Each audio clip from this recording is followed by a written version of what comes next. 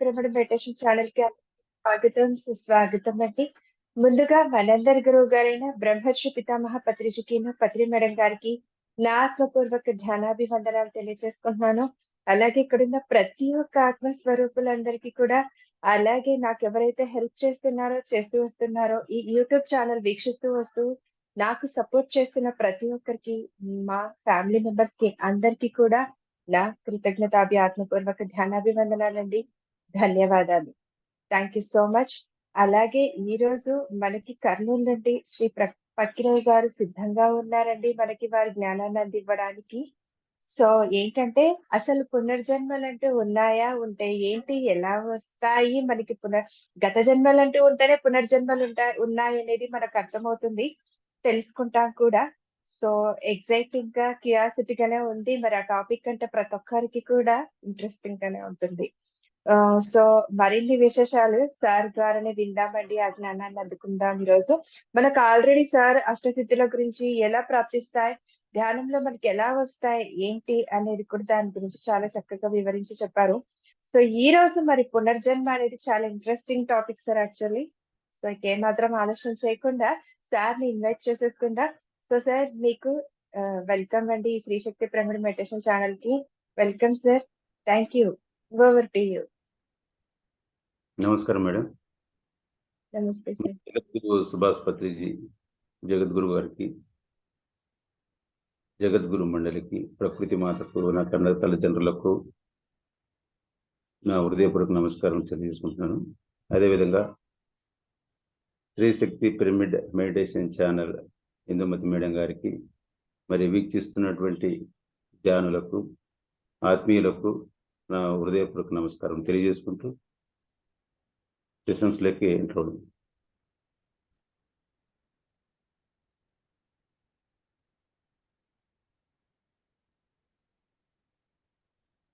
నేను డిపార్ట్మెంట్లో పనిచేస్తున్నాను. నేను గత 20 సంవత్సరం నుంచి ధ్యానం చేస్తా ఉన్నాను. 13 సంవత్సరం నుంచి శాకాహారిగా నైతికంగా జీవనం కొనసాగిస్తున్నాను.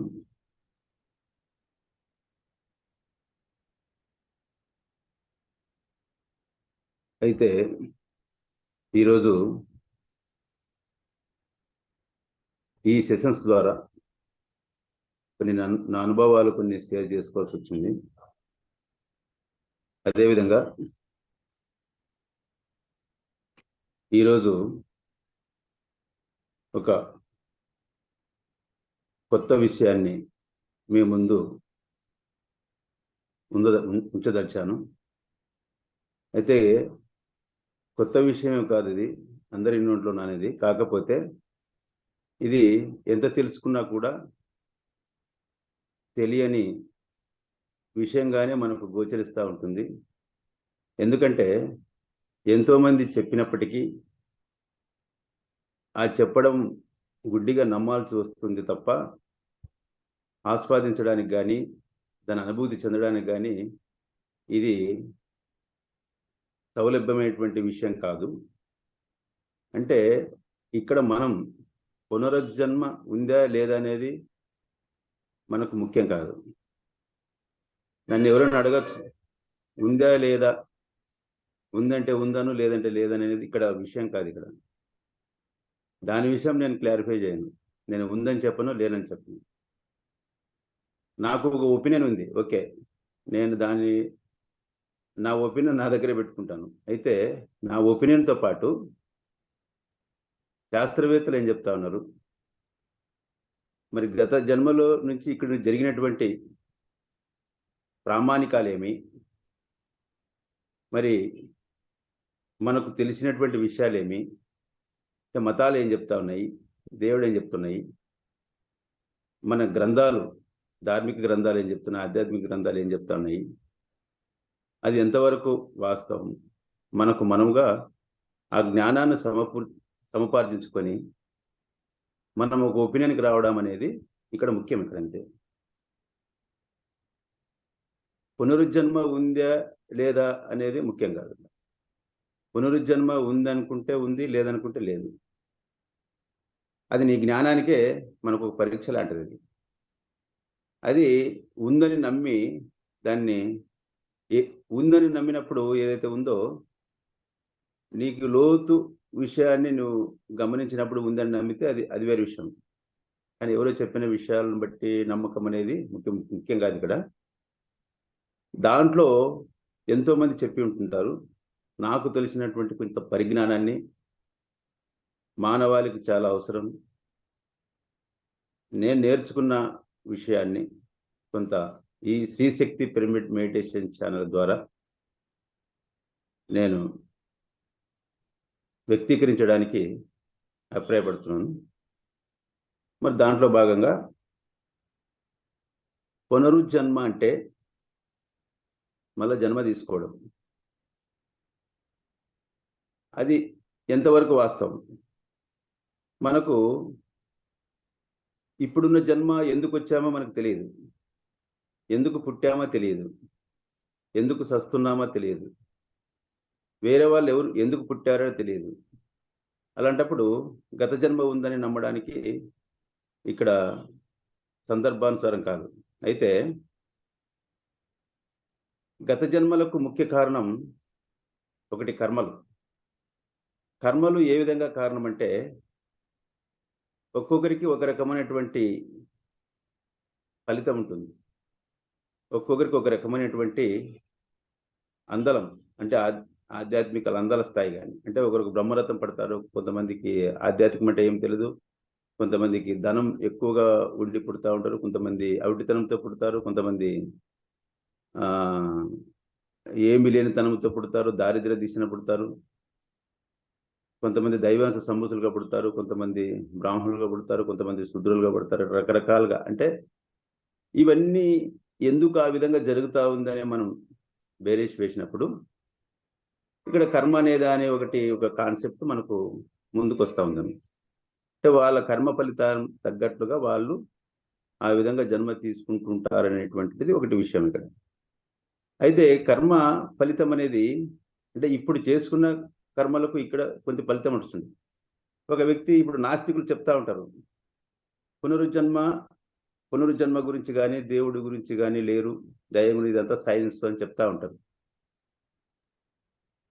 అయితే వాళ్ళు ఏం చెప్తారంటే హేతువాదం అనే సిద్ధాంతాన్ని నమ్ముతారు. హేతువాద సిద్ధాంతం అంటే ఏమి? మానవుని హితం కోరేటువంటి సిద్ధాంతం. మానవుడు నీకు నువ్వుగా బాగుండు, ఇతర వ్యక్తులతో కూడా బాగుపడడానికి నీ వంతు కర్తవ్యంగా నువ్వు చెయ్యి. అదే సిద్ధాంతం. నాస్తికత్వంతో పాటు హేతువాదం అనేటువంటి సిద్ధాంతంతో వాళ్ళు నడుచుకుంటుంటారు. అదే నాస్తికత్వంలో ఒకానొక టైంలో నీకు నెగిటివ్ థాట్స్ కానీ తగిలినాయనుకో, దేవుడు లేడు, దయ్యం లేదు, ఇంకోటి ఏది అనుకున్నప్పుడు నువ్వు హితం కోరే ఏదైతే సబ్జెక్ట్ తీసుకున్నావో అటువంటి వ్యక్తులు కూడా మానవుని నాశనం చేస్తే కూడా నాకేం కాదు, ఎందుకంటే దేవుడు నన్ను శిక్షించాడు, ఈ కర్మలు లేవు, ఈ దేవుడు లేడు, దయ్యం లేడు అనేటువంటి సబ్జెక్ట్ కూడా వాళ్ళు తీసుకోవచ్చు. సరే, వాళ్ళు నాస్తికత్వంలో ఉండి హేతువాదాన్ని తీసుకున్నారు కాబట్టి ఓకే, పర్వాలేదు. అది దేవుని కథ పక్కన పెడితే వాళ్ళ సిద్ధాంతంలో కొంత వాస్తవిక తత్వం ఉంది, సైన్స్ అంటున్నారు, హేతువాదం అంటున్నారు, ఓకే. మానవుని హితం కోరి జీవిస్తున్నారు, ఓకే, మంచిది. ఎందుకు హితం కోరాలి? నువ్వు ఒక నాస్తికత్వంలో ఉన్న వ్యక్తి హితం ఎందుకు కోరాలి? మంచి ఎందుకు చేయాలి? చెడు చేసినా నీకేం కాదన్నప్పుడు నువ్వు ఆ పని కూడా ఎంచుకోవచ్చు. ఇక్కడ ఏమిటంటే కర్మ సిద్ధాంతం అనేది ఒకటి.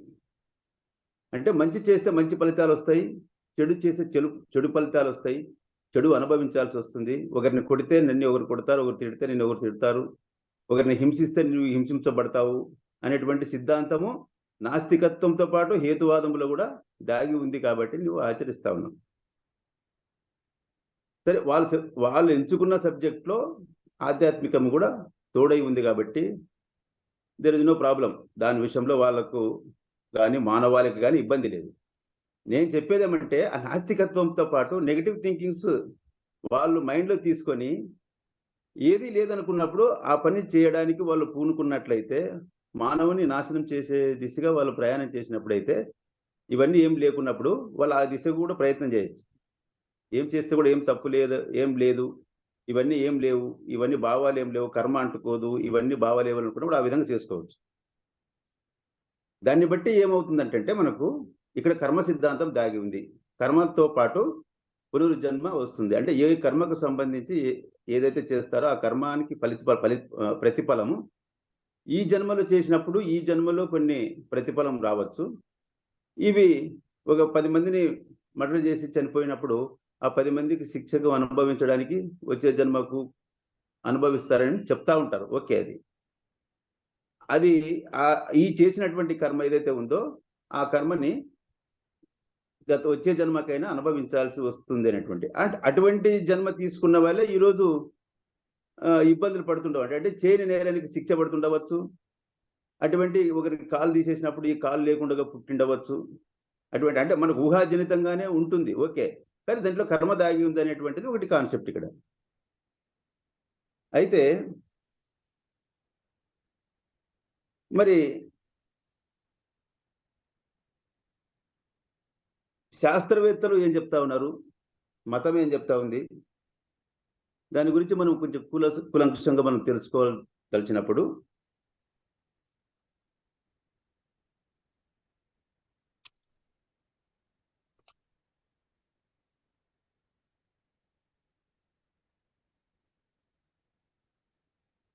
ఓసో కూడా చెప్తాడు.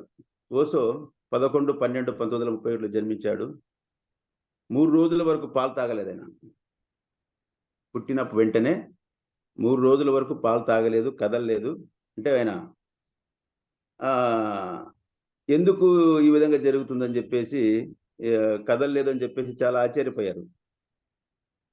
తర్వాత 3 రోజుల తర్వాత బేరని ఏడ్చి పాలు తాగడం అవన్నీ చేశాడు.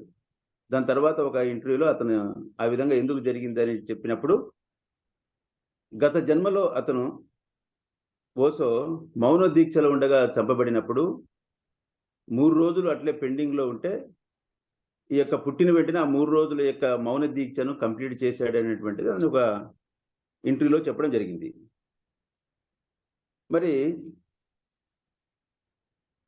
ఫస్ట్ అంటే మన సైంటిఫిక్గా పునరుజ్జన్మలో ఉన్నాయని చెప్పడానికి ఒక ఉదాహరణ తీసుకుని వద్దాం. అంటే మన కంటికి కనిపించే విషయాల్ని మనం ఒకసారి నేను కొంచెం స్టడీ చేసిన తర్వాత తెలుసుకున్న విషయాలు ఏమిటంటే, 1925 సంవత్సరంలో ఢిల్లీలో మొహుల్లా అనే అతనుకు ఒక శాంతి అనే అమ్మాయి పుట్టిందను. ఆ పాప 4 సంవత్సరాల వరకు ఏం మాట్లాడలేదు. 4 సంవత్సరాల తర్వాత ఆ పాపను స్కూల్కి పంపించారు. స్కూల్కి పంపించినా కూడా ఆ పాప పేరు పెట్టలేదు. కానీ తల్లిదండ్రులు మాత్రము శాంతి అనే పేరు పెట్టారు. తల్లిదండ్రులు శాంతి అనే పేరు పెట్టారు. స్కూల్కు తీసుకుపోయిన తర్వాత ఆ పాపకు శాంతి అనే పేరు రాపించారు. శాంతి అని పిలిస్తే ఆ పాప ఏం పలికేది కాదు, మాట్లాడేది కాదు. 4 ఏళ్ల తర్వాత ఆ పాపకు కొంచెం స్పృహలోకి వచ్చి నా పేరు శాంతి కాదు, ముక్తిదేవి నా పేరు అని చెప్పింది ఆ పాప. శాంతి కాదు నా పేరు ముక్తిదేవి అని చెప్పింది. ఏంటమ్మాయి నువ్వు ముక్తిదేవి అంటున్నావు, మీ నాయన వాళ్ళు శాంతి అని పేరు పెట్టారు అని అంటే, లేదు నా పేరు ముక్తిదేవి, నాది సొంత ఊరు వచ్చేసి మధుర అని అడ్రస్, అంటే పలానా మధురాలో పలానా ఊరు పలానా ఇల్లు అని పూర్తి అడ్రస్ చెప్పింది అనమాట. చెప్పినప్పుడు వాళ్ళు స్కూల్ టీచర్స్ అంతా పిలిపించి, ఏమి పాప ఈ విధంగా చెప్తా ఉంది, ఏంటి కథ మీరు కనుక్కోండి, మీరు పెంపకంలో మీరు ఎప్పుడు కూడా ఆ పాపకు కొన్ని నేర్పించలేదా అనేటువంటి విషయాలు వాళ్ళకు చెప్పడం జరిగింది. అయితే తల్లిదండ్రులు ఆ పాపను ఎంక్వైరీ చేస్తే ఆ పాప మధురలో ఉన్న ఒక అడ్రస్, ఒక ఊరి చెప్తే ఆ పాప ఆ ఊర్లో ముక్తిదేవి అనేటువంటిది ఉందా లేదని చెప్పేసి పోయి కనుక్కున్నారు అక్కడ తల్లిదండ్రులు. కనుక్కుంటే ముక్తిదేవి అనే పుట్టింది, ఆ పాప చనిపోయింది అని చెప్పారు. ఏంటి ఈ విధంగా జరుగుతుంది, ఈ పాపకి ఎట్లా తెలుసు ఈ ముక్తిదేవి అనేది మధుర అనే అడ్రస్ చెప్తా ఉంది, ఆ పాప అడ్రస్ మధుర అనేది కూడా తెలియదు కదా అని చెప్పేసి గవర్నమెంట్కు వాళ్ళు ఒకటి రిక్వెషన్ పెట్టారు. గవర్నమెంట్కు రిక్వెషన్ పెడితే నేషనల్ ఎంక్వైరీ టీం ఒకటి, అప్పుడు గవర్నమెంట్ ఒకటి నేషనల్ ఎంక్వైరీ టీం పెట్టి ఎంక్వైరీ చేయించినారనమాట. ఆ ఎంక్వైరీ చేయించినప్పుడు ఆ ఎంక్వైరీలో వాళ్ళకు తేలినటువంటి విషయాలు ఏమిటంటే ఆ పాపను తీసుకుపోయారు. ఆ పాపను తీసుకుపోయినప్పుడు ఎంక్వైరీ చేస్తే ఆ పాప వచ్చేసి 1902 సంవత్సరంలో మధు చతుర్భుజ్ అనే అతనుకు ఒక ఆడబిడ్డ పుట్టింది. ఆ ఆడబిడ్డ పేరు ముక్తిదేవిని. ఆమెకు 10 సంవత్సరాలు రాగానే కేత్రనాథ్ జోబేకి అని ఇచ్చి పెళ్లి చేసినారు.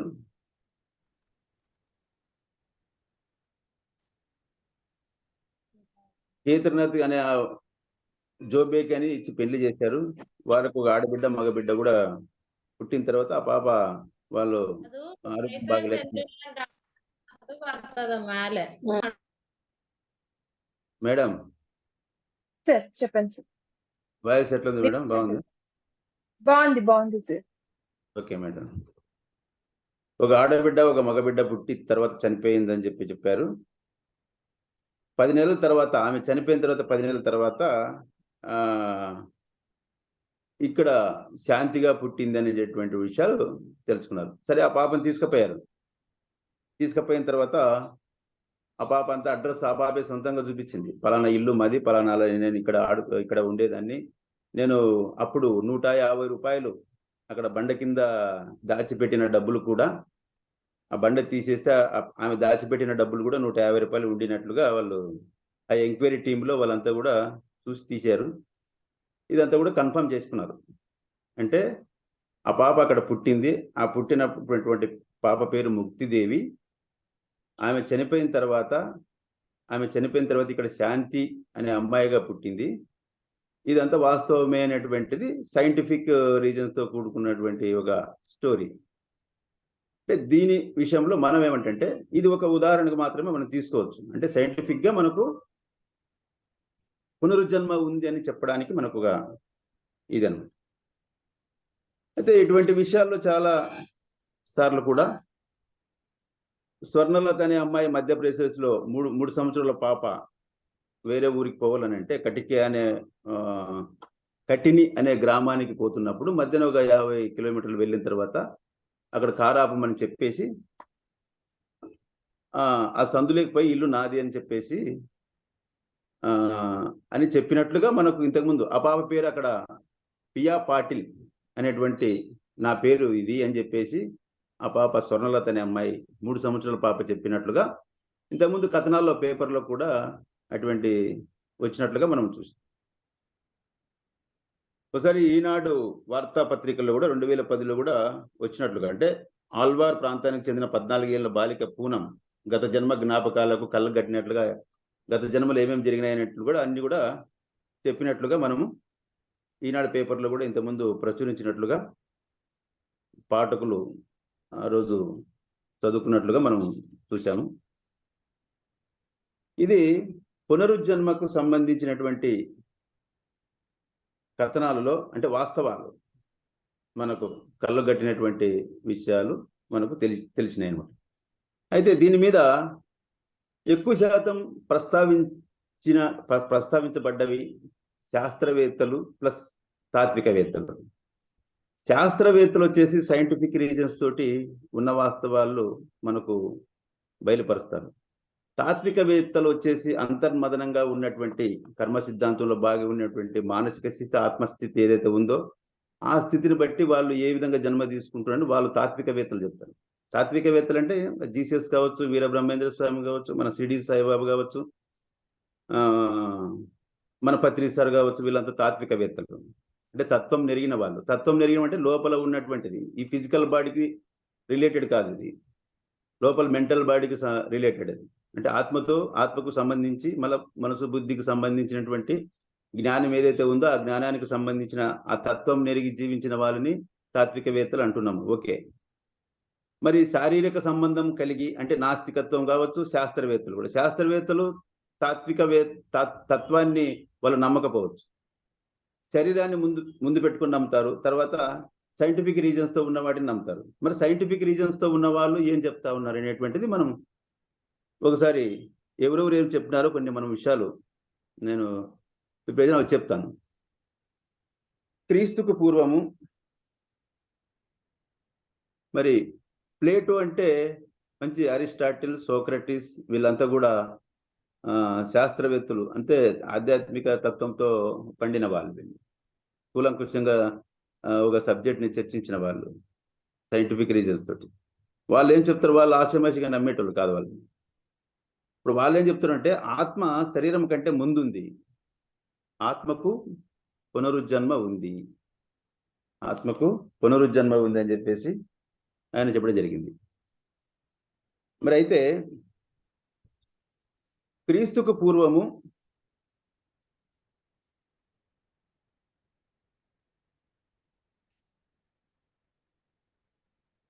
(1265, 1321) రాజనీతి, ఇటలీ రాజనీతి శాస్త్రజ్ఞుడు టాంబే అలిగర్ అనే ఒక శాస్త్రవేత్త ఏంటంటే కర్మయే పునరుజ్జన్మకు కారణం అన్నాడు. వాస్తవం ఇది. కర్మయే పునరుజ్జన్మకు కారణం. మనం చేసిన కర్మ ఏదైతే ఉందో ఆ కర్మని ఈ జన్మలో చేసుకున్నప్పుడు ఈ జన్మలో మనకు అనుభవిస్తే, ఒక కర్మని అనుభవించాలంటే ఈ రోజు నేను కూని చేసి ఒకరిని చంపినాను, దానికి 14 ఏళ్ళ శిక్ష. ఆ వ్యక్తి నేను హత్య చేశాను, దానికి చట్టబద్ధంగా ఏదైతే ఉందో నాకు 14 ఏళ్ళు శిక్ష వేయండి అంటే అటుకి ఎనఫ్, అంటే నీ కర్మ వైదొలిగించుకుంటున్నట్లు లెక్క. కానీ ఎవరు చెప్పారు అక్కడ. కానీ వకీల్ని పెట్టుకొని నేను చేయలేదని చెప్పుకుంటూ తిరిగిన తర్వాత వాడు చచ్చిపోతాడు. చచ్చిపోయిన తర్వాత శిక్ష అనుభవించాడు. అనుభవించినప్పుడు ఏమవుతుంది, అటువంటి శిక్ష, అటువంటి పనిష్మెంట్, అటువంటి కర్మ ఫలితము నీ మెదడులో కానీ నీ మనసులో కానీ దాగి ఉంటుంది. అది ఎప్పటికీ నీతో పాటు వస్తూ ఉంటుంది. అంటే నువ్వు చేసిన తప్పు కానీ, నువ్వు చేసిన మంచి కానీ, నువ్వు చేసినటువంటి ఫలితం కానీ ఏదైతే ఉందో అవి నీతో పాటు నువ్వు వెంట వస్తుంటాయి అనేటువంటిది ఒకటి ఇక్కడ సందర్భం. అంటే ఇప్పుడు చేసిన కర్మకు, ఈరోజు ఒకరిని కొట్టాను, రేపొద్దున ఇంటికి పోయి మళ్ళీ ఆయనకి నిన్ను కొట్టాను కాబట్టి దానికి ప్రతిఫలం నన్ను కూడా ఒగేట్టు కొట్టు అనే మనిషి ఎవరన్నా ఉండాలంటే కర్మ అటుకి వైదొలుచుకున్నట్లే. కానీ అటు చెప్పేటోళ్ళు ఎవరు లేరు కదా. కాబట్టి ఆ కర్మ వెంటాడుతూనే వస్తూ ఉంటుంది. ఆ కర్మ వెంటాడుతూనే వస్తుంది. అంటే దీనికంతా కూడా కర్మ అనేది ఒక కారణం. పునరుజ్జన్మకు కర్మ అనే దానికి కారణం ఎందుకంటే మనం చేసిన ఈ జన్మలటువంటి తప్పుకు సంబంధించిన ఫలితాలు కానీ, ఒప్పుకు సంబంధించినటువంటి ఫలితాలు కానీ ఈ జన్మలో మనం అనుభవించుకోకున్నప్పుడు అవి మనతో పాటు వచ్చి అది గత జన్మకు అవి బీజాలుగా నాటిపోతాయనేటువంటిది ఇక్కడ ఒక కాన్సెప్ట్. ఇక్కడ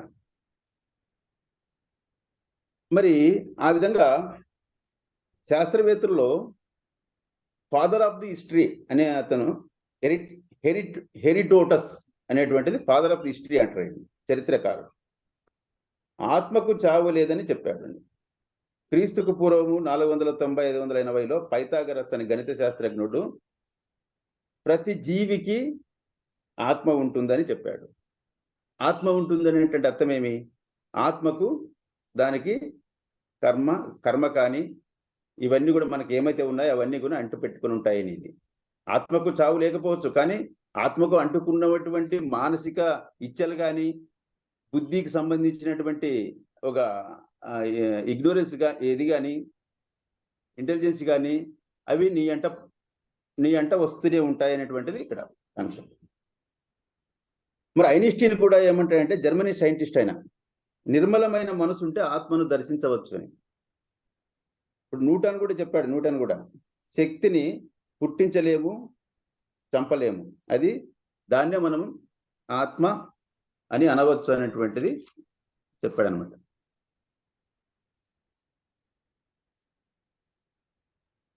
మరి ఆ విధంగా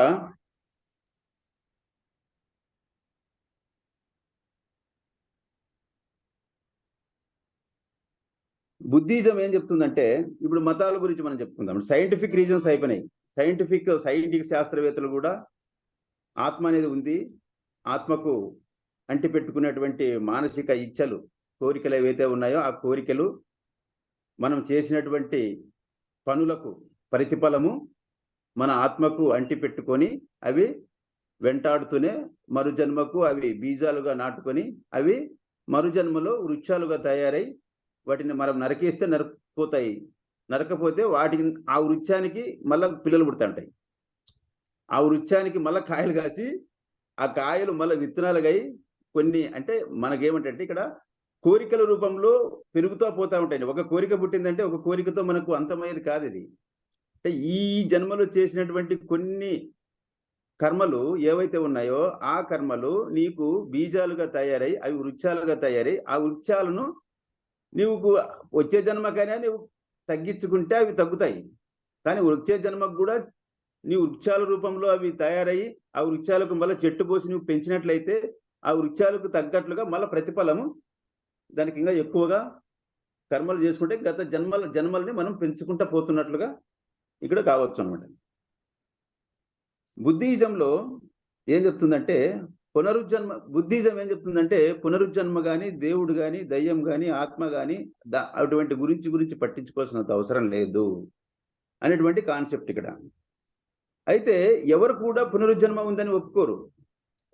డైరెక్ట్ గానో ఇండైరెక్ట్ గానో ఆ ప్రస్తావన తీసుకొచ్చేపటికంతా కర్మ దాని ఫలితము మళ్ళీ పునరుజ్జన్మ అనేటువంటిది కాన్సెప్ట్ ప్రతి మతంలో ప్రతి వేదాంత వ్యక్తి ప్రతి తాత్వికవేత్త మనకు చెప్తున్నట్లుగా మనకు ఈ యొక్క గ్రంథ పరిజ్ఞానం బట్టి మనం చెప్పుకోవచ్చు. మరి వాళ్ళే బుద్ధిజం ఏం చెప్తుంటే మంచి ప్రవర్తనకు స్వర్గము కూడా ఇక్కడే ఉంటుంది, చెడు ప్రవర్తనకు కూడా నరకము ఇక్కడే ఉంటుంది. చెడు ప్రవర్తనకు సంబంధించినటువంటి ప్రతిఫలము నువ్వు అనుభవించినప్పుడు అది నువ్వు నరకం అనుకుంటే నరకలోకం ఎక్కడో లేదు కానీ అది ఇక్కడే ఉంది అనేటువంటిది కాన్సెప్ట్. మంచి ప్రవర్తనకు స్వర్గము వస్తుంది అంటే ఆ స్వర్గం ఎక్కడో ఉందనేది కాదు, ఇక్కడే ఉంటుంది అనేది. ఒకవేళ ఆ స్వర్గం ఫలితం నువ్వు అనుభవించుకోకుండా చనిపోయినావు అనుకో అది మరుజన్మకు దారి తీస్తుంది. ఏదైతే ఉందో అది మరుజన్మ దారి తీస్తున్నట్లేదంట. దాంట్లో చెప్పకనే ఏం చెప్తున్నాడంటే గత చైతన్యం నుండి ప్రస్తుత చైతన్యం వచ్చింది. ప్రస్తుత చైతన్యం ఉంది అంటే ఓకే, అంటే చైతన్యం అంటే ఏమి చిత్తం అంటే జ్ఞానం. ఒక మనిషిలో ఒక జ్ఞానం అనేది ఉంది. ఆ జ్ఞానం అనేది మనిషికి ఉంది కాబట్టి ఆ జ్ఞానం ఎక్కడి నుంచి వచ్చిందంటే గత చైతన్యం నుంచి వచ్చింది అంటాడు.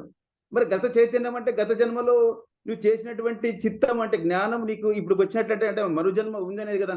గత జన్మ నుంచి నువ్వు వచ్చేనట్లే కదా, అంటే గత జన్మలో ఉన్నట్లే, అంటే పునరుజన్మ నువ్వు అనుభవించావని.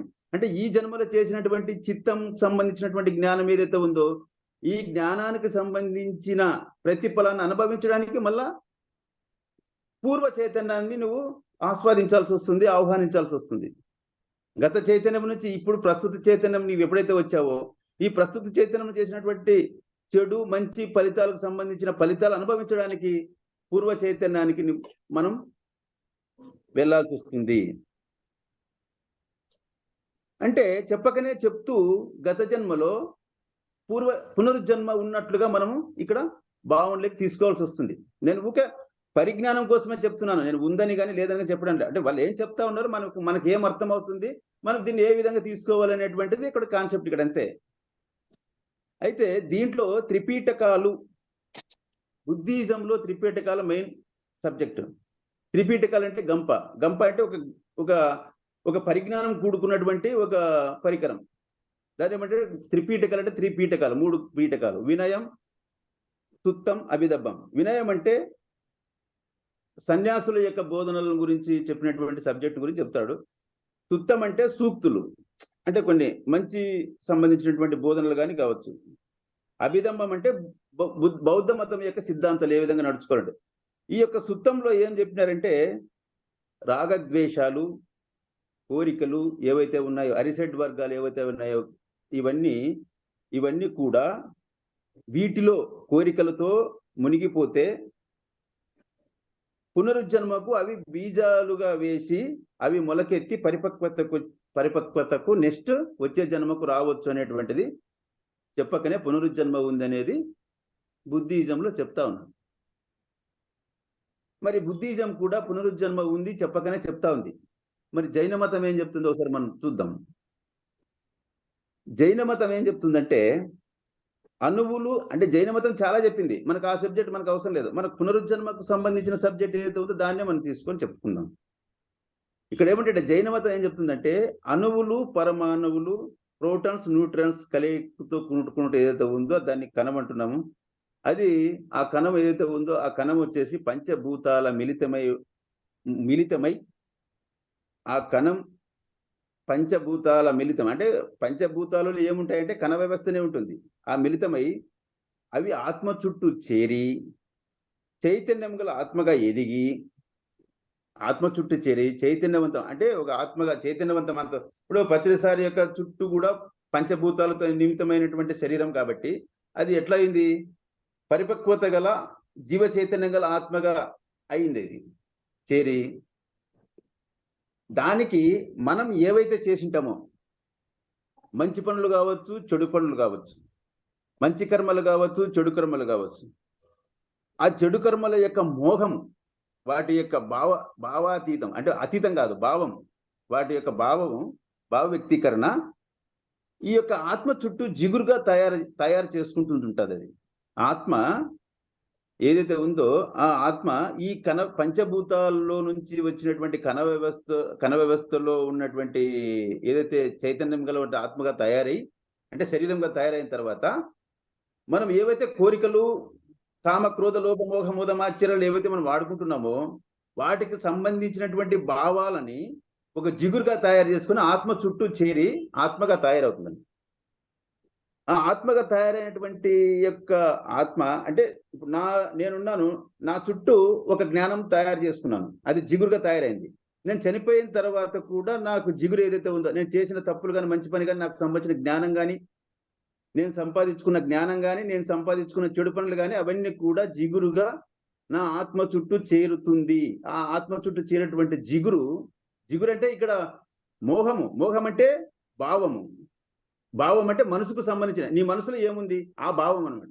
నా మనసులో ఏముంది ఆ భావము, నేను ఏమేమి చేశాను ఆ భావము అంటే చిత్తంలో మోహంగా చేరి అది గత జన్మలకు అది అంటుకొని కర్మ రూపంలో దాన్ని అది వెంటాడుతుంటుంది అనేటువంటిది జైన మత సిద్ధాంతం మనకు చెప్తా ఉంది అనమాట.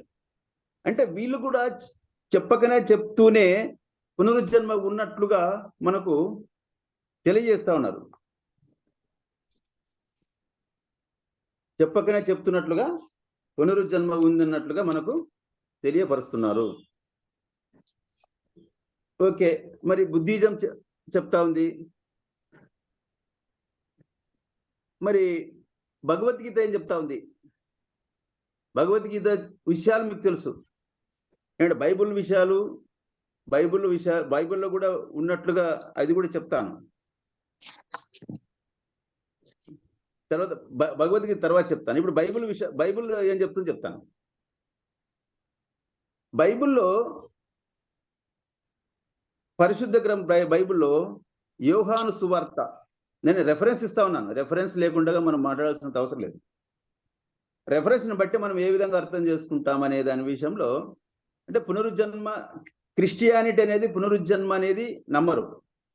క్రిస్టియానిటీ ఏమి నమ్ముతుందంటే పునరుత్థానం అనే ఒక పదాన్ని వాడతారు.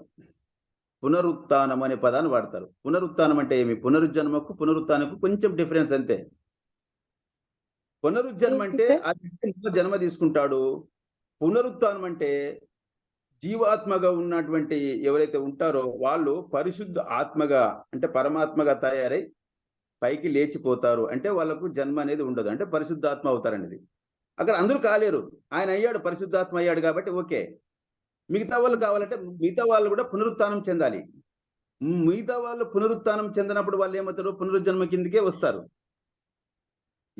ఎవరైనా కానీ ఆయన జీసస్ పునరుత్థానం చెందాడు కాబట్టి అంటే జీవాత్మగా ఉన్నటువంటి ఆయన పరిశుద్ధాత్మగా అయ్యాడు. అంటే మూడవ రోజు లేచి వెళ్ళాడు కాబట్టి పునరుత్థానంగా వెళ్ళాడు, అంటే పరిశుద్ధాత్మగా వెళ్ళాడు. అంటే ఆయన ఆత్మను శుద్ధి చేసుకున్నాడు, అంటే కర్మ ప్రాక్షాళన చేసుకున్నాడు. అంటే శిలువ మరణంతో ఆయన చేసుకున్న కర్మ ప్రాక్షాళన చేసుకున్నాడు. అంటే ఆయన ఏం చేసుకున్నాడు? కర్మ, ఆయన ఏం తప్పు చేయలేదే అనేటువంటిది కాదు.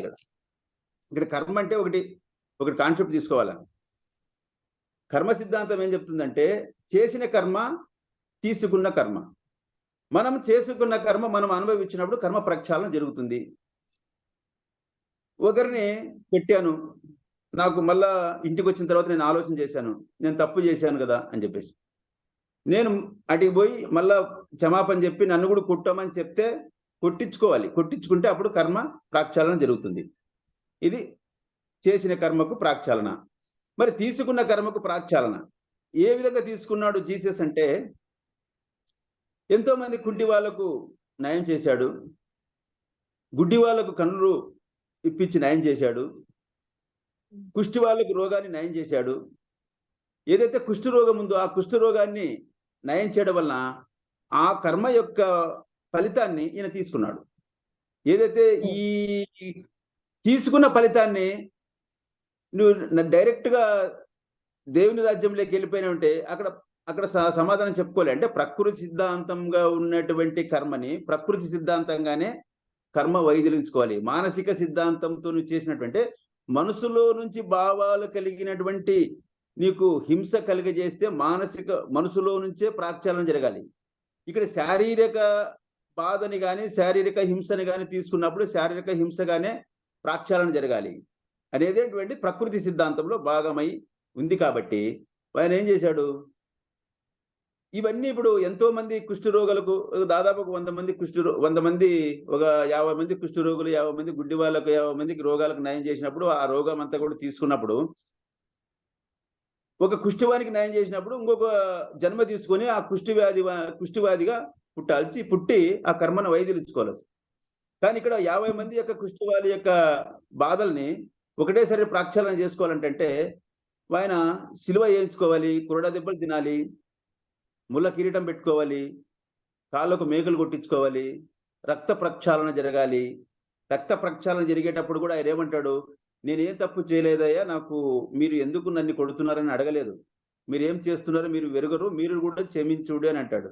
అన్నప్పుడు కర్మ ప్రక్షాళన ఆయన పూర్తిగా సంపూర్ణంగా అంటే మానసికంగా ప్రవర్తనతో అంటే మానసిక ఉత్ప్రేరణతో ఆయన కర్మ వైదొలించుకున్నాడు. అంటే వైదొలించుకున్నాడు కాబట్టి ఆయన పునరుత్థానం చెందాడు. అంటే జీవాత్మక ఉన్నటువంటి జీసస్ పునరుత్థానంలో పరిశుద్ధాత్మగా అయినాడు. మనం కూడా మనలో ఏదైతే ఇవన్నీ కోరికలు ఉన్నాయో వాటిని ప్రక్షాళన చేసుకోవాలి. అంటే మానసిక హింసకు ఏదైనా మనం చేసినాం అనుకో, మానసిక హింస నుంచే మనము ప్రక్షాళన చేసుకోవాలి. శారీరక హింసకు మనం చేసినాం అనుకోండి, శారీరక హింస ద్వారానే మనం ప్రక్షాళన చేసుకోవాలి. శారీరక హింస ద్వారా ఏం చేసింటాం, మనం ఒక 20 ఏళ్ళ కిందట మనం విపరీతంగా మాంసం తిన్నాం అనుకోండి,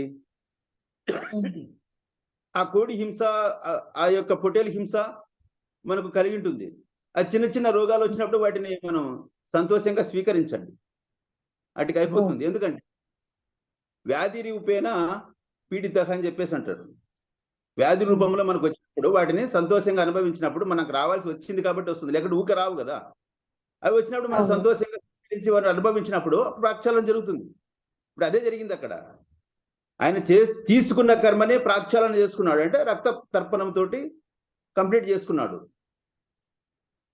ఆ విధంగా ఆయన పునరుత్థానం చెందాడు.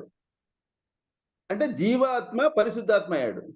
ఇక్కడ మిగతా వాళ్ళంతా కూడా పునరుత్థానం చెందలేదు. అంటే పునరుత్థానం చెందంటే ఏమి, పునరుజ్జన్మ తీసుకుంటున్నారు అనేది ఒకటి. ఇక్కడ బైబుల్ రెఫరెన్స్ ప్రకారంగా నేను చెప్తాను ఒకటి. యోహాను సువార్త 3వ అధ్యాయం 5వ వచనంలో ఏం చెప్తారంటే, ఒకడు నీటి మూలముగాను ఆత్మ మూలముగాను జన్మించితే గానీ దేవుని రాజ్యంలో ప్రవేశింపడే నిశ్చయముగా చెప్పుచున్నాను. నీటి మూలంగా జన్మించినది శరీరం గాను, ఆత్మ మూలంగా జన్మించినది ఆత్మ అయినది, కానీ మీరు కొత్తగా జన్మింపవలెను అని ఉంది ఇక్కడ. అంటే నీటి మూలంగా జన్మించిన అంటే మనము ఎట్లా పుడుతుండము, నీటి ద్వారానే పుడతా ఉంటాము. నీటి ద్వారా శరీరం తయారవుతుంది. నీటి ద్వారా మానసిక ఇచ్చలు, మానసిక కోరికలు జరుగుతూ ఉంటాయి. కామ, క్రోధ, లోధ ఆలోచనలు అవన్నీ కూడా ఈ శారీరక సంబంధమైనటివి. నీటి మూలంగా జన్మించిన వాడు అనేది అర్థం. కానీ ఆత్మ మూలంగా జన్మించిన వాడు ఆత్మగా ఉంటాడు. అంటే ఆత్మ దేహ బుద్ధి కలిగిన వాడు, దేహ బుద్ధితో జీవించిన వాడు, వానికి మళ్ళీ దేహ బుద్ధితోటే వానికి జన్మ ఉంటుంది అని ఇక్కడ. ఆత్మ బుద్ధి కలిగిన వానికి ఆత్మతో ఉంటది. కానీ నువ్వు కొత్తగా జన్మింపవాలంటే ఏదైతే ఆత్మ ఒక శరీరం తీసుకున్నప్పుడు దానికి అనుభవించినప్పుడు కొత్తగా జన్మించడం అంటే పరిశుద్ధాత్మగా జన్మించవాలి అనేది ఒకటి. అంటే ప్రాక్షాళన జరిగి ప్రాక్షాళన చేసుకోవాలి. ఏదైతే మనం చేసింటామో వాటికి ప్రాక్షాళన జరిగి కర్మలను వైదొలించుకున్నప్పుడే నీకు దేవుని రాజ్యంలో ప్రవేశింపబడతాడు అనేది ఒకటి. అంతవరకు మనం ఏం చేయాలి, పునరపి జననం పునరపి మరణం అనేటువంటిది ఒకటి. అంటే పునర్జన్మ ఉంది అనేది ఒకటి కాన్సెప్ట్ ఇక్కడ. అంటే నీటి మూలంగా జన్మించిన వాడు శరీరముగా ఉండును, ఆత్మ మూలంగా జన్మించిన వాడు ఆత్మగా ఉండను. కానీ నువ్వు కొత్తగా జన్మించాలంటే ఏమి, పరిశుద్ధాత్మగా జన్మించాలి. అంటే జీసస్ మాదిరి జన్మించాలంటే మిగతా వాళ్ళు కూడా ఆ విధంగా జన్మించాలనేది ఒకటి. కానీ ఎవరు కూడా జన్మించలేరు. అంటే శరీరముగా ఉంటారు. తర్వాత ఒకవేళ మహా అంటే ఒక పాస్టర్ పెద్ద లెవెల్ అంటే ఆత్మగా ఉంటాడు, పరిశుద్ధాత్మ కాలేడు. ఏ సర్వీస్ చేస్తాడు, వెళ్ళిపోతాడు. అది ఒకటి నేను అంటే రెఫరెన్స్ కూడా ఇస్తున్నా. యోహాను సువార్త అనమాట. యోహాను సువార్త 3వ అధ్యాయం 6వ వచనం అది. తర్వాత యోహాను సువార్త 12వ అధ్యాయం 24వ వచనంలో గోధుమ గింజ భూమిలో పడి చావకుండా నీడల అది ఒంటిగానే ఉండును, అది చచ్చిన నీడల విస్తారంగా ఫలించును. ఇక్కడ పునరుజ్జన్మ ఉన్నట్లుగానే మనకు గోచరించబడతా ఉంది. గోధుమ గింజ అంటే మనం ఏదైతే ఉన్నామో అది భూమిలో పడి చావకుండానే ఎడల అది ఒంటిగానే ఉండును. అంటే అది ఈ శరీరం అనేది చచ్చితేనే కానీ మళ్ళా జన్మించదని. అది చచ్చిన ఎడల విస్తారంగా ఫలించును. మనం చస్తేనే కానీ మనం మళ్ళా విస్తారంగా కొత్తగా మళ్ళీ విస్తారంగా ఫలిస్తామనేది ఒకటి. కొరింథీయులకు రాసినట్టు 10:35 వచనంలో నీ విత్తునది చచ్చితే గానీ మరలా బ్రతికింపబడదు కదా, నీ విత్తుదానిని చూడగా అది ఏ గింజ పట్టి విత్తుతున్నావో నీవు విత్తుదానికి దాని శరీరం ఇస్తుంది. నువ్వు ఏదైతే విత్తుతావో దానికి శరీరం ఇస్తుంది. ఇప్పుడు నాకు దేహ బుద్ధి ఉంది, దేహ బుద్ధికి సంబంధించినటువంటి విత్తనాలు నా దగ్గర ఉన్నాయి. ఆ దేహ బుద్ధికి సంబంధించిన విత్తనాల రూపంలోనే నేను జన్మిస్తాను. అంటే నేను అదే మానసిక కోరికలు, అదే మానసిక ఇచ్చలు, ఈ మానసిక బుద్ధితోటే నేను మళ్ళా దేహ బుద్ధి జన్మ తీసుకుంటాను. నేను ఆత్మబుద్ధిగా ఆత్మబుద్ధిగా విత్తనాలు నేను తీసుకున్నాను అనుకోండి, అంటే నా జ్ఞానము ఆత్మపరంగా విత్తనాలు నేను కొనుక్కున్నాను అనుకోండి, విత్తనాలు నేను తీసుకున్నాను, నేను ఆత్మపరంగా నేను జీవిస్తాను. ఆ విధంగా ఆత్మపరంగా జీవించిన వాడు పరిశుద్ధాత్మ కావచ్చు, లేకుంటే పరమాత్మ కావచ్చు, పూర్ణాత్మ కావచ్చు, వేరే రకంగా మనం ఏదైనా పెట్టుకోవచ్చు. అంటే దీన్ని బట్టి మనకి ఏమవుతుందంటే, నువ్వు ఏ గింజను బట్టి విత్తుతున్నావో నీ విత్తుదానికి దాని శరీరం ఇస్తుంది. నువ్వు ఏదైతే విత్తుతున్నావో, నువ్వు మానసిక బుద్ధి ఉంటే మానసిక సంబంధించినటువంటి దాన్నే నువ్వు ఇదైతావు. శరీరానికి సంబంధించినటువంటి దేహ బుద్ధికి సంబంధించినటువంటి మన దేహంతో మనం పుడతాము. ఆత్మపరంగా పుట్టినవాడు ఆత్మపరంగా ఉంటుండని చెప్పి బైబిల్లో క్లియర్గా పునరుజ్జన్మ ఉంది అని చెప్పడానికి. పునరుత్థానము వేరు. మళ్ళీ పునరుత్థానం అంటే ముక్తికి సంబంధించిన, అది జీసస్కి అంకితం. అది కానీ మిగతా వాళ్ళకి అంకితం కాదు. అది ఎవరైతే ఆయన మాదిరిగా పాప ప్రక్షాళన చేసుకుంటారో వాళ్ళు పునరుత్థానం చెందవచ్చు, వాళ్ళకు మోక్షంకి రావచ్చు, మళ్ళీ జన్మ తీసుకోకపోవచ్చు వాళ్ళు. ఆ విధంగా ఆ క్రిస్టియన్ ఆ విధంగా దీంట్లో బైబిల్లో కూడా ఆ విధంగా ఉంది. మరి ఖురాన్లో కూడా నేను కొన్ని రెఫరెన్స్ తీసుకున్నాను.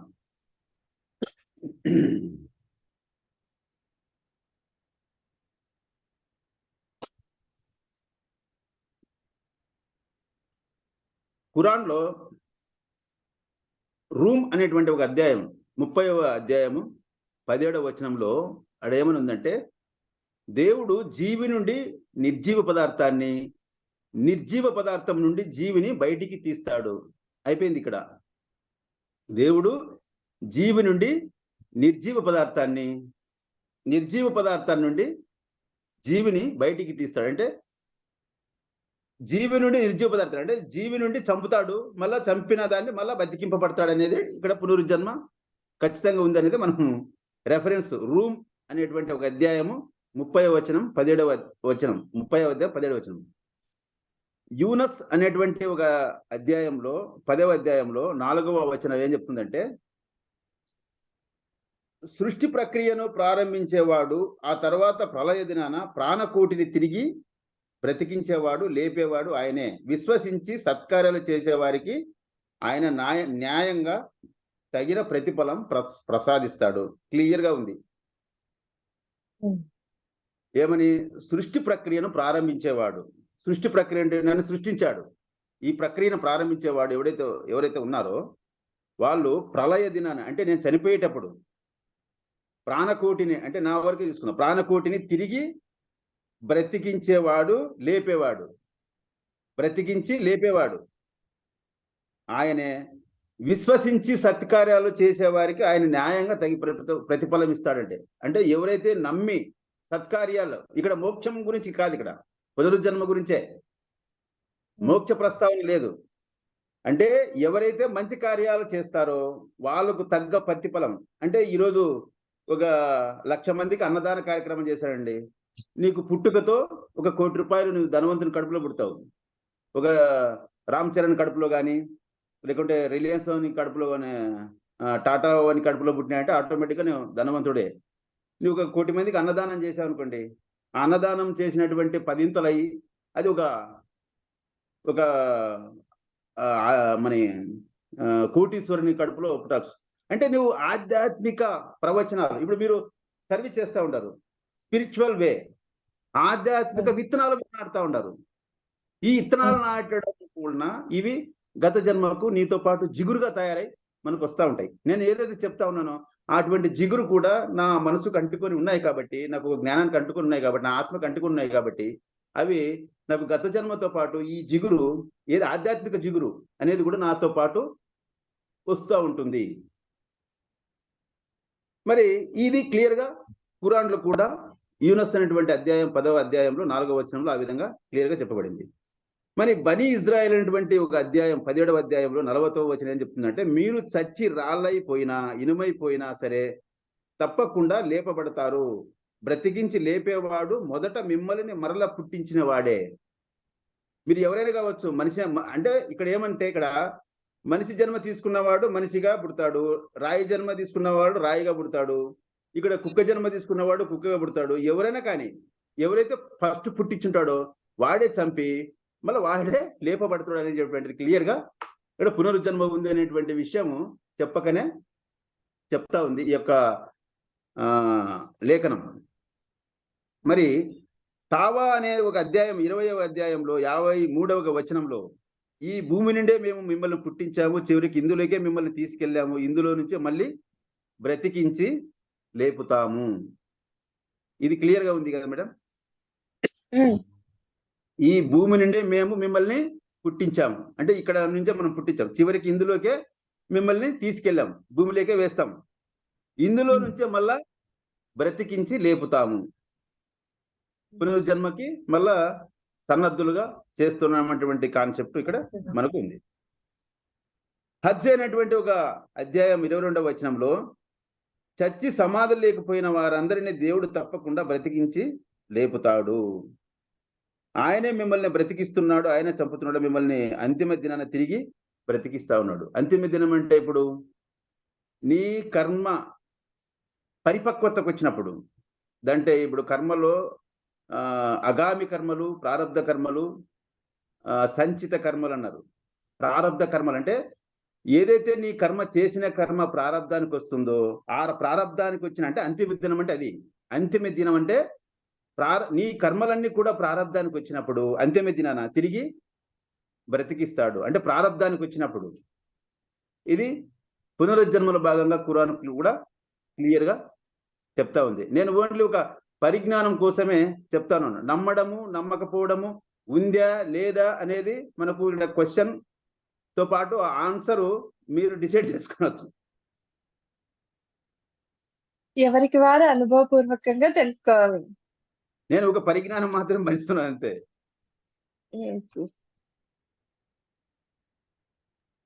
మరి మనం ఈరోజు బైబుల్ చెప్పాము, బుద్ధిజం చెప్తాము, సైంటిస్ట్ చెప్పాము, మరి భగవద్గీతలో కూడా మనం కొన్ని విషయాలు చెప్పుకోవాల్సి వస్తూ ఉంది. అంటే ప్రామాణికాలు ఏమంటే వేదాంతాలు పునర్జన్మకు ప్రామాణికాలుగా మనం చెప్తా ఉంటాము. ఆ వేదాంతాల్లోనే బాగా మహాభారతం ఉన్నట్టు ఒక అధ్యాయం, ఆధ్యాత్మిక గ్రంథం అనేటువంటి భగవద్గీత మనకు ఏం చెప్తుంది అనేటువంటి విషయాలు మనం కొంచెం కూలంకుషంగా తెలుసుకున్నప్పుడు, భగవద్గీత ఏం చెప్తుందంటే, సాంఖ్యయోగంలో 2వ అధ్యాయము 13వ వచనంలో ఏం చెప్తుందంటే, దేహినోస్మిన్ యదా దేహో కౌమారం యవ్వనం తదాంతర ప్రాప్తిర్త రస్తతన ముఖ్యతి. అంటే దేహము బాల్యము యవ్వనము వృద్ధాప్యము ప్రాయము క్రమం రీతిన మరణాంతరం కూడా వేరొక దేహము పొందును. ఎప్పుడైతే మన దేహము బాల్యము యవ్వనము వృద్ధాప్యము ఏదైతే దశల వారీగా వృద్ధి చెందుతుందో ఆ విధంగా కూడా ఆత్మ పురోగతి, ఆధ్యాత్మిక పురోగతి చెందుతుంది. ఇప్పుడు ఈ జన్మలో చేసినటువంటి ఆధ్యాత్మిక జ్ఞానం కొంత ఉండొచ్చు, ఈ ఆధ్యాత్మిక జ్ఞానం మళ్ళీ నీకు నెక్స్ట్ పురోగతి చెందుతుంది. గత జన్మలో మనం ఎన్నో చేసింటాం. ఒక మూలాధార చక్రంలో అనేటువంటి మూడులుగా బతికింటాం. లేకుంటే అహంకారపూరితంగా బతికింటాం. ఆ విధంగా కొన్ని జన్మలు తీసుకుంటాం. ఒక మనిషికి 84,000 జన్మల 84 లక్షలు 24 ఆ జన్మలు ఉన్నాయని చెప్పేసాను. ఈ జన్మల్లో మనది ఏ జన్మ అనేది మనం ఆధ్యాత్మిక జీవన ఏ విధంగా మనం కొనసాగిస్తున్నాం, ఆధ్యాత్మిక జీవనం మనం ఏ విధంగా ఉంది అనే దాన్ని బట్టి మనకు మనముగా బేరీస్ వేసుకోవచ్చు. ఒకరు చెప్తే వచ్చేది కాదు ఇది. అంటే నేను ఆధ్యాత్మిక జీవనంలో నేను ఏ విధంగా ఉన్నాను, నాకు ఎన్నో జన్మలో ఉంది. ఈ జన్మ నేను లాస్ట్ చేసుకోవాలనుకుంటే నాకు తెలుస్తుంది. లేదు నేను ఒక 70,000 జన్మలో ఉన్నాను అనేది మనకు తెలుస్తా ఉంది. ఎవరు చెప్పాల్సిన అవసరం లేదు. ఎవరు చెప్తే వచ్చేది కాదు అది. అది గొప్పగా చెప్పుకోవాల్సిన అవసరం మనసులో ఉంటే చాలు.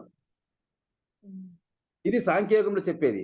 మరి సాంఖ్యయోగంలో 2వ అధ్యాయము 22వ వచనం ఏమిటంటే వాసాంసి జీర్ణాన్ని యదా విహాయ నవాని గృహ్లాత్ నరోపరాని తదా శరీరాన్ని విహాయ జీర్ణస్య సంయాతి నవాని దేహి అనేటువంటి తాత్పర్యం చెబుతాను నేను. దీనికి తాత్పర్యం ఏమంటే మనిషి పాత వస్త్రములను త్యజించి నూతన వస్త్రములను ధరించి రీతిగా ఆత్మ జీర్ణమైన దేహాలను త్యజించి నూతన దేహాలను ధరించును. ఇది క్లియర్ గా ఉంది.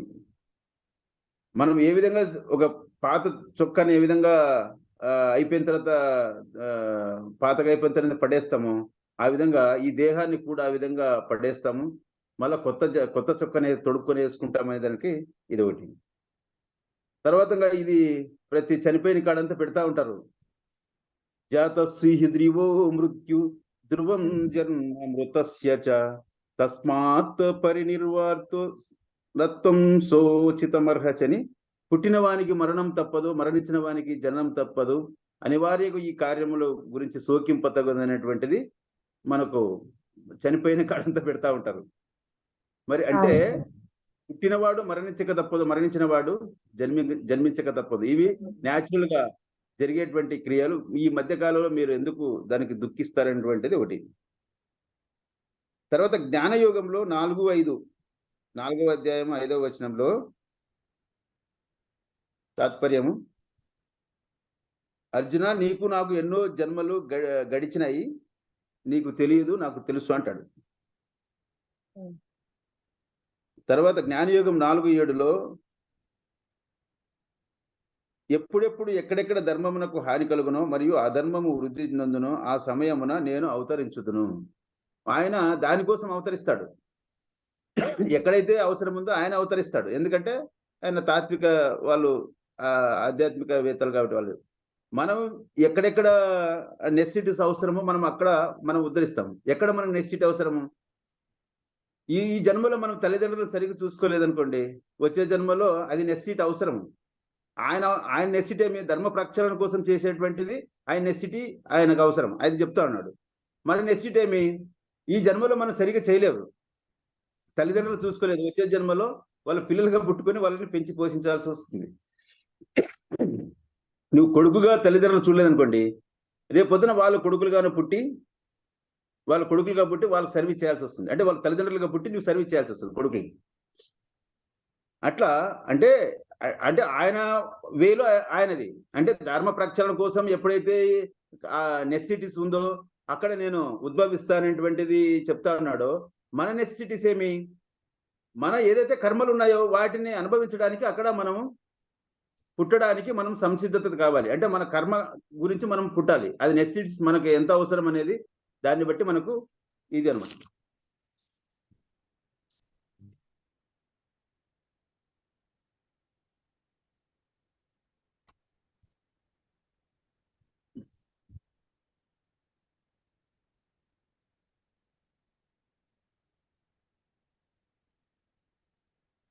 మరి అదేవిధంగా గత జన్మల గురించి మొత్తం అంతా ఇప్పుడు 12 అవతారాలంతా కూడా గత జన్మల యొక్క చరిత్రనే చెప్తా ఉంది. మరి ఇప్పుడు అంటాదనమాట, శ్రీకృష్ణుడు దేవకి మాత దగ్గరికి వచ్చిన తర్వాత, ఏమి నాయన కంసుడిని చంపిన తర్వాత నువ్వు 14 ఏళ్ళ తర్వాత నేను మతికొచ్చానంట అని చెప్పేసానంట. అప్పుడు అంటాడు ఆయన, నువ్వు రామాయణంలో శ్రీరాముణ్ణి కైకేయిగా అడవులకు పంపించినప్పుడు తల్లి యొక్క బాధని, తల్లి యొక్క లేనితనాన్ని అక్కడ గురైంది. ఆ బాధని నువ్వు కైకేయిగా ఇప్పుడు దేవకి మాతగా పుట్టావు కాబట్టి ఆ బాధను నువ్వు అనుభవించాల్సి వస్తుంది. అంటే ఆ గత జన్మల నుంచి వచ్చినటువంటి జన్మలుగా మనము ఈ దీన్ని మనం ఒక చెప్పుకోవచ్చు.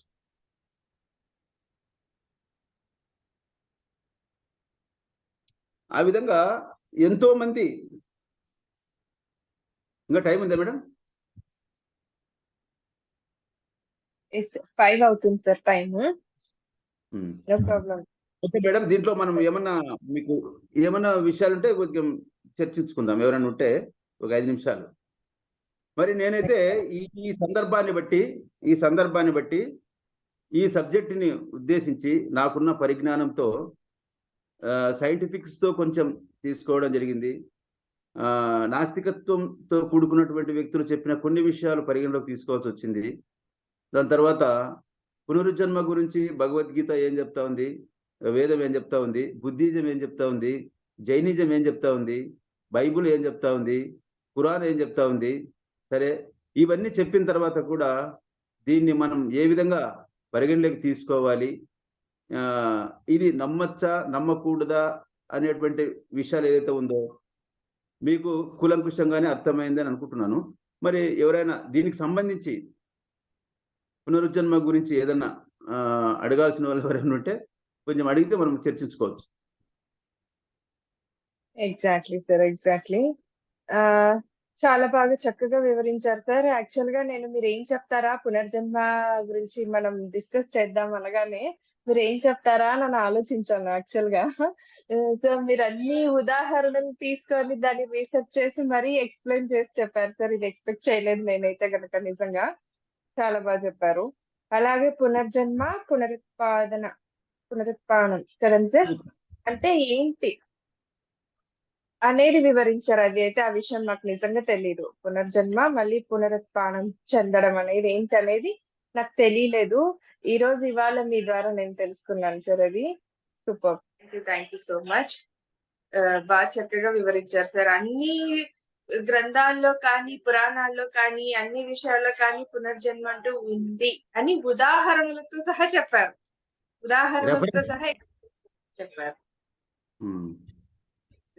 కానీ వాళ్ళు కొన్ని నమ్మరు, ఎవరు కూడా నమ్మరు. పునరుజ్జన్మ అంటేనే బైబుల్ నమ్మదు, వద్దంటది, లేదంటది. అంటే వాళ్ళు ఏం చెప్తారంటే బైబుల్లో తప్పు చేసిన వాడు నరకానికి వెళ్ళిపోతాడు, మంచి చేసిన వాడు స్వర్గలోకానికి వెళ్ళిపోతాడు. ఇదొకటి కాన్సెప్ట్ చెప్తారు. అంటే నరకము స్వర్గము ఇక్కడే ఉంటాయనేది అది లోతైన సబ్జెక్ట్. దాంట్లో అవి కూడా ఇక్కడ ఉన్నాయి. అంటే నరకం అనుభవించడానికి మళ్ళీ రావాల్సి వస్తుంది. ఏదైతే తప్పు కర్మ ఫలితంగా చేశాడో దాన్ని అనుభవించడానికి రావాల్సింది, స్వర్గము అనుభవించడానికి ఇక్కడికి రావాల్సిందే. ఇక్కడ పునరుత్థానం అంటే ఇవేం అవసరం లేదు. ముక్తికి అంటే కర్మ ప్రక్షాళన ఎప్పుడు జరుగుతుందో ఆయన పునరుత్థానం, దాన్ని మోక్షము అని అంటాం, దాన్ని స్వర్గం, అది స్వర్గం అంటాం. కానీ ఇది స్వర్గమనం అంటే మంచి చేసిన వాడు మళ్ళీ వచ్చి మంచి పనులకు ఫలితాన్ని పొందుతాడు, చెడు చేసిన వాడు చెడు సంబంధించిన ఫలితాన్ని పొందుతాడు, కానీ పునరుత్థానం చెందలేడు, అంటే స్వర్గానికి పోలేడు. ఆ స్వర్గం అంటే ఏమి? స్వర్గం అంటే ఏముంటాయి? ఇక్కడ ఏముండవు, ఆనందం ఉంటుంది. ఆనందం ఇక్కడ ఉంది. అంటే నీకు భూకంపం వచ్చినా రేపు చనిపోతున్నాం అంటూ కూడా కొంతమంది ఆనందంగా ఉంటున్నారు. అదే స్వర్గం అంటే. నీ స్థితిని ఏదైతే తీసుకుంటున్నావో, నిన్ను ఎవరైనా తూ అన్నారనుకో, వెరీ హ్యాపీ అన్నావు అనుకో, అంటే నీలో హ్యాపీనెస్ ఉందని, అంటే బయటకి చెప్పడం కాదు, నీ లోపల నుంచి వచ్చినటువంటి భావ వ్యక్తీకరణ ఆనందంతో కూడుకున్నది ఏదైతే ఉందో అది స్వర్గం. లేదు రిటాలియేషన్ గా నువ్వు దాన్ని ఉంటున్నావు అంటే నువ్వు ఆ స్థితిలో, దేహ స్థితిలో, శారీరక ఇచ్చల స్థితిలో, మానసిక స్థితిలో మనం ఉన్నట్లుగా, అది ప్రాక్షాళన కాదు. అంటే నువ్వు చెడుగా మాట్లాడినప్పుడు దానికి సంబంధించిన ప్రతిఫలం అనుభవిస్తావు, మంచిగా మాట్లాడినప్పుడు దానికి సంబంధించిన ప్రతిఫలం అనుభవిస్తాము. కానీ ఇక్కడ మంచి చెడులు ఏమి లేకున్నదే పునరుత్థానం. అంటే పునరుత్థానం అంటే ముక్తి, ముక్తి అంటే మోక్షం, మోక్షం అంటే స్వర్గలోకం చేరడం అనండి. ఆ కాన్సెప్ట్ అది చెప్పరు వాళ్ళు. ఈ ఖురాన్లో కూడా అంతే. ఖురాన్లో కూడా ఏమనుందంటే తప్పు చేసిన వాడు నరకానికి పోతాడు, మంచి చేసిన వాడు స్వర్గానికి పోతాడు. తప్పు చేసిన వాడిని ఏం చేస్తారంటే వాణ్ణి మళ్ళా సమాధుల్లో నుంచి బ్రతికించి వాణ్ణి ఒక కంప మీద, ఒక ముళ్ళ కంప మీద ఒక బట్ట వేసి ఎలా లాగితే ఆ బట్ట ఎట్లా చినుగుతుందో, చినిగి ఏ విధంగా ఇదవుతుందో మనిషి శరీరాన్ని ఆ విధంగా చేస్తారు అనేటువంటిది ఖురాన్లో ఉంది.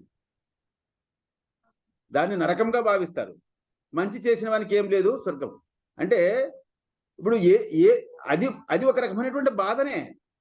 ఇప్పుడు ఒక శరీరాన్ని లేపి మళ్ళీ ఒక ముళ్ళ కంప మీద వేసి ఏదైతే లాగినప్పుడు, అంటే ఒక కంప మీద ఒక బట్ట వేసి ఇలా లాగితే ఏ విధంగా దాన్ని చినుగుతూ ఏ విధంగా బాధ అనిపిస్తుందో ఆ విధంగా శరీరానికి ఆ బాధ కలిగించాలనేటువంటిది కాన్సెప్ట్ తోటి ఆ విధంగా పెట్టారు. అంటే ఇవన్నీ కూడా మనిషి అన్నవాడు తప్పు చేయకుండా ఉండడానికి కనిపెట్టినటివే తప్ప వేరేటివి కాదు. స్వర్గం నరకం ఇక్కడే ఉందనేటువంటిది ఒక నాకు తెలిసినటువంటి సబ్జెక్ట్. స్వర్గము నరకము నీలోనే ఉన్నాయని ద బైబుల్లో కూడా ఉంది. The Kingdom of the God is with in. The Kingdom of the God is with in. నీ లోపలనే దేవుని రాజ్యం ఉంటుందని బైబుల్లో కూడా క్లియర్ ఉంది. మరి దేవుని నీ రాజ్యం నీలోనే ఉన్నప్పుడు, నీవు దేవుని రాజ్యంలో ఉన్నప్పుడు నీకు స్వర్గంలో ఉన్నట్లే. మరి సైతాన్ రాజ్యం నీలో ఉన్నప్పుడు నువ్వు సైతాన్గా ఉంటావు. అంటే ఏదైతే శాస్త్రంలో ఉన్నాయో ఆ శాస్త్రాన్ని బయలుపరచడానికి భావ వ్యక్తీకరణ ఎందుకు చేయడం లేదంటే ఇక్కడ మతం అడ్డం వస్తుంది. మతంలో విషయాలు అంటే వాడు చెప్పిన దాన్ని నేను ఎందుకు చెప్పాలి? మనం ధ్యానం అని చెప్తా ఉన్నాము. ప్రతి ఒక్కడు చేసే ధ్యానమే. ఈరోజు బైబుల్లో చర్చిలోకి పోయినా ధ్యానం చేస్తూ ఉంటారు, మసీదులో పోయినా ధ్యానం చేస్తూ ఉంటారు, నమాజ్ అంటారు, వాళ్ళు పేరు పెట్టుకున్నారు. అది ఎక్కడికి పోయినా ధ్యానం చేస్తూ ఉన్నారు. కానీ ధ్యానం అనే సబ్జెక్టు మనకు మాత్రమే ఆపాదిస్తున్నారంటే అజ్ఞానం. ఇక్కడ ధ్యానం అనే సబ్జెక్టు ప్రతి ఒక్కరు చేయాల్సిందే. తాత్వికవేత్తలు చేయాల్సిందే, ప్రతి ఒక్కరు చేయాల్సిందే. హిమాలయాలకు పోయిన వాడు కూడా తపస్సు ధ్యానం చేయాల్సిందే. వీరబ్రహ్మేంద్ర స్వామి చేశాడు, షిరిడి సాయిబాబా చేశాడు, అందరూ చేశారు. మహమ్మద్ ప్రవక్త కూడా ధ్యానం చేశాడు. హీరా గుహలకు వెళ్ళి 41 రోజు ధ్యానం చేసిన తర్వాత అతను ఖురాన్ రాయడానికి ఖురాన్లో ఉంది. మరి వీళ్ళందరూ ధ్యానం చేస్తున్నాడు. ధ్యానం అని మనం చెప్తే ఇది మనది కాదు, ఇది హిందూ మతానికి సంబంధించినది. ధ్యానం అని చెప్పినప్పుడు ఇది మనది కాదు, పిరమిడ్ ధ్యానానికి సంబంధించినది. ధ్యానం అని చెప్పినప్పుడు అందరు ధ్యానం అంటే కరివేపాకు మాదిరిగా ఉంది అనమాట. కరివేపాకు లేదే కూర లేదు.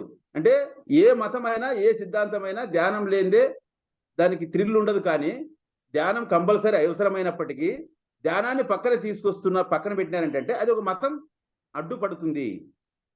వాళ్ళ మనసులో నుంచి చెప్పడానికి ఆస్కారం ముందుకు మాట రావడం లేదన్నమాట. యాక్చువల్గా ధ్యానం అన్ని చోట్ల ఉంది. ఎందుకు చెప్పలేకపోతున్నారంటే మతం అడ్డపోతుంది. మరి ఈరోజు చెప్తున్నా మేడం, హిందూ మతంలో శాకాహారం అనేది హింసతో కూడుకున్నది. ఓన్లీ శివమాల వేసినప్పుడు మాత్రమే 41 రోజు మాల వేసుకొని పవిత్రంగా ఉండి శాకాహారం తింటున్నారంటే ఆ మత సిద్ధాంతంలో భాగమైనప్పటికీ మరి 41 రోజు అయిపోతేనే మాంసం తింటున్నారు. మరి హిందూ మతంలో ఒక కాన్సెప్ట్ గా తాత్వికవేత్తలు ఎందుకు చెప్పడం లేదు, ఎందుకు చెప్పలేకపోతున్నారంటే ఇక్కడ వాళ్ళు చెప్పినారనుకో దీంట్లోకి రాలేరు. మనం కూడా శాకాహారం తినండి, హింసకు మానుకోండి, మీరు బాగుపడతారు, ప్రకృతి బాగుపడుతుందంటే నేను మానుకోలేనంటారు. ఆ మానుకోలేనప్పుడు ఏమంటే మత వ్యాప్తి కాదు. మరి ఈరోజు పత్రి సారు మతాన్ని వ్యాప్తి కానీ ధ్యానం సిద్ధాంతాన్ని వ్యాప్తి చెందడానికి కోసం కాదు, ఒక సంకల్పంతో మానవాళిని ఒక అహింసాయుతమైనటువంటిని దాన్ని క్రియేషన్ చేయడానికి కంకణం కట్టుకున్నాడంటే ఎవరైనా ఏమనుకుంది అంటే మతాతీతంగా అహింసాయుతమైనటువంటి సిద్ధాంతాన్ని వెలుగులోకి తెచ్చినాయంటే ఒక మంచి తాత్వికవేత్తల్లో ఒక భాగం, తాత్విక సిద్ధాంతంలో ఒక భాగంగా. అంటే ఎవరికి భయపడుకోకుండా వస్తారా రారా, శాకాహారం అంటేనే పారిపోతారేమో అనేటువంటి ఏం మనసులో ఏం పెట్టుకోకున్నట్ల గట్టిగా అంటే 2 సబ్జెక్ట్స్ ధ్యానం శాకాహారం ఇటువంటి 2 సబ్జెక్టులు మనం నూరిపోయడం అంటే ఖచ్చితమైన గ్రేట్ గొప్ప విషయమే.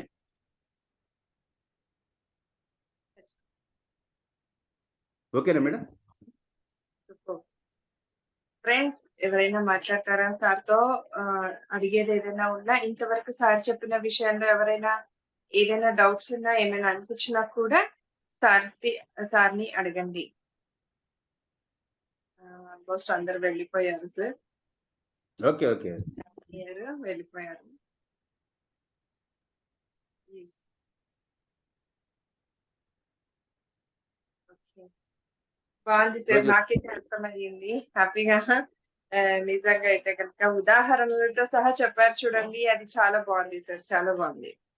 అంటే ఈజీగా అర్థమైంది. ఈజీగా అర్థమవుతుంది. కన్వే అవుతుంది. నేను అదే అన్నాను కదండీ సార్ మీరెలా చెప్తారో ఏమో అయితే ఆ ఇంట్రెస్ట్ నేనెలా పునర్జన్మలున్నాయని మీరెలా వివరిస్తారో అనేది నాకు తెలుసుకోవాలని ఉండింది.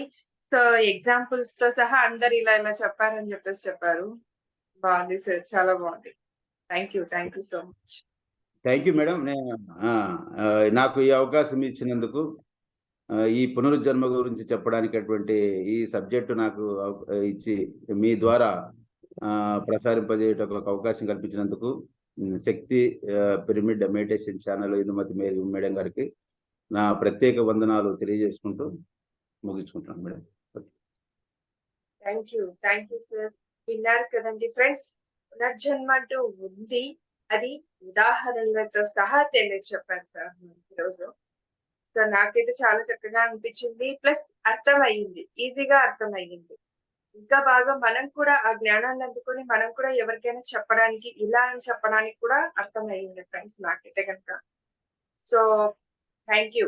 వీక్షించినందుకు, వీక్షించబోతున్న వారందరికీ కూడా కృతజ్ఞతలు, ధన్యవాదాలు. సో, ఇక మీరు ఈ శ్రీ శక్తి పిరమిడ్ మెడిటేషన్ ఛానెల్‌ని ఎవరు కూడా లైక్ చేయకుండా, సబ్స్క్రైబ్ చేయకుండా, షేర్ చేయకుండా ఉండకండి ఫ్రెండ్స్. అలాగే మీ అభిప్రాయాన్ని మీ కామెంట్స్ రూపంలో కూడా తెలియచెప్పాల్సిందిగా కోరుకుంటున్నాను. అలాగే పక్కనున్న బెల్ ఐకాన్‌ని కనుక ప్రెస్ చేయడం మర్చిపోకండి. ఎందుకంటే ఇలాంటి మంచి మంచి నోటిఫికేషన్స్ మీకు అందివ్వబడాలి కాబట్టి. Okay. Thank you. Thank you so much. ధన్యవాదాలు.